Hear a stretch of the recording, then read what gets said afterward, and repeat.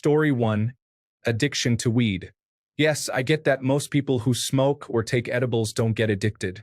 But if you're one of the few who do and are trying to quit, it's a beast of an addiction to knock. Story 2. Can't stop smoking weed. I feel dead without it. If I don't smoke after work, I won't sleep.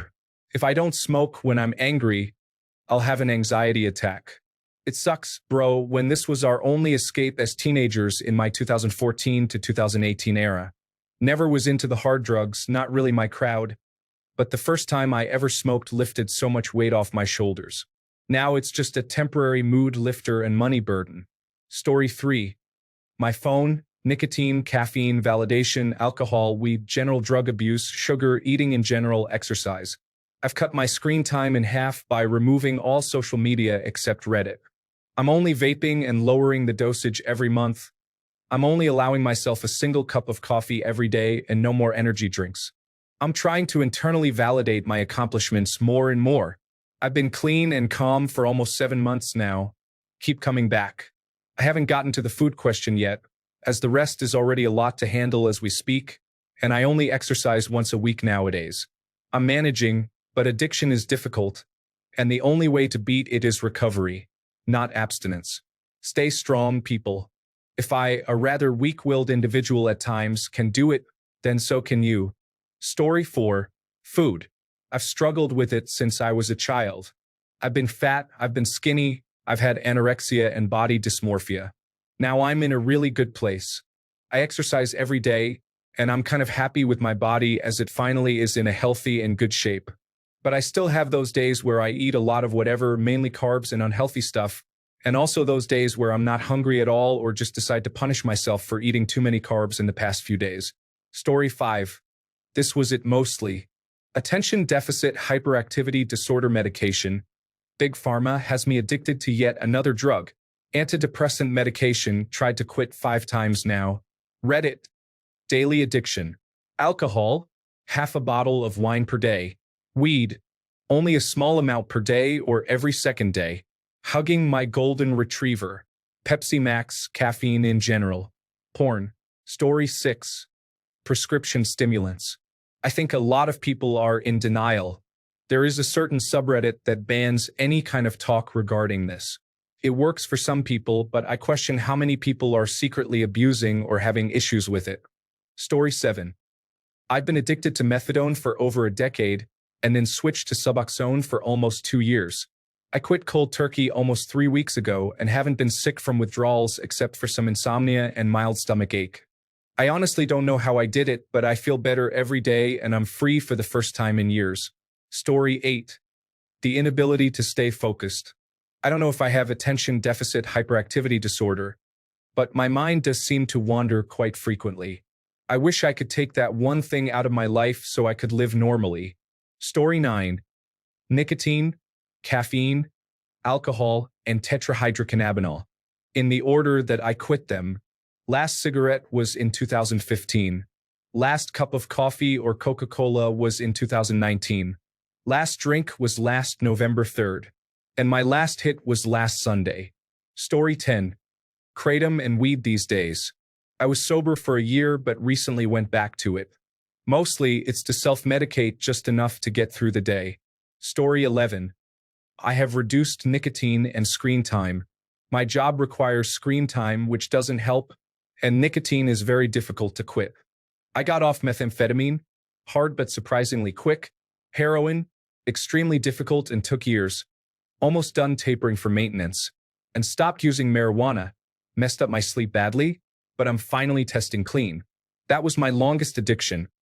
All day, every day for over a decade.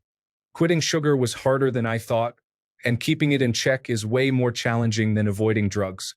Caffeine was tough to quit, but it's easy not to relapse because caffeine consumption after 8 a.m. ruins my day and night, which affects the next day too, and I'm rarely up before 8 a.m. However, I can't seem to quit nicotine. It's not ruining my life, just shortening it, and I'm very irritable without it. I can't afford to be unpleasant for 3 months. My job offers a free nicotine patch program after working there a little longer. I'm going to give it another try when I can get maintenance for free. Story 12. I was severely addicted to opiates. Today is 113 days sober. Years ago, I struggled with binge drinking alcohol, so I decided to totally stop drinking. My only remaining vice is recreational cannabis used in moderation. Story 13. I would not say I have any major addictions, but I definitely have a few habits that I find hard to shake. For instance, I have a coffee obsession. I love trying different blends and roasts. Story 14. It was alcohol for like 6 years, now it's gaming. It isn't the cheapest addiction, but it helps me keep my drinking in moderation instead of being blackout drunk half the time. Story 15. Just caffeine and sugar for me. I'm a recovering sugar addict in that I frequently cut it out of my life completely or just limit myself to a couple of hard candies before bed. I'm not diabetic or anything. Seems I lucked out in the genetic lottery there. I can binge on a mainly sugar diet for weeks while remaining sedentary at age 56 with no sign of diabetes. But it does make me gain weight rather quickly, so I try very hard, it's very hard, to control and limit my intake. So no sodas, black coffee, and I try to avoid going to the snack and ice cream corner at stores. Story 16. Nicotine. As far as my addiction, I'm down to a very small dose in lozenges a day. Quitting vaping was very hard for me, but I'm glad I'm not inhaling garbage into my lungs like I used to. Story 17. If there are sweets anywhere in my house like candy, donuts, cake, or ice cream, I'm going to eat it. Miraculously, I weigh 125 pounds, and my doctor says I'm too thin by about 5 pounds, saying my face is too thin, making me look gaunt and older than I am. My glucose levels and hemoglobin A1C are all below the threshold for concern. I do exercise, but I am new to it. I was one of those people who said, I'll only run if I'm being chased. And even then, I don't really like to exercise. I only just walked or jogged a 5-kilometer event last month because it was a fundraising event. I'm sure it will eventually catch up to me, but as I'm not a fitness person, I guess I will just figure it out as it comes. The only diet thing I do is drink diet soda, and I drink a lot of it. I'm aiming to gain the 5 pounds by not going to the gym more than twice a week, and that should do it.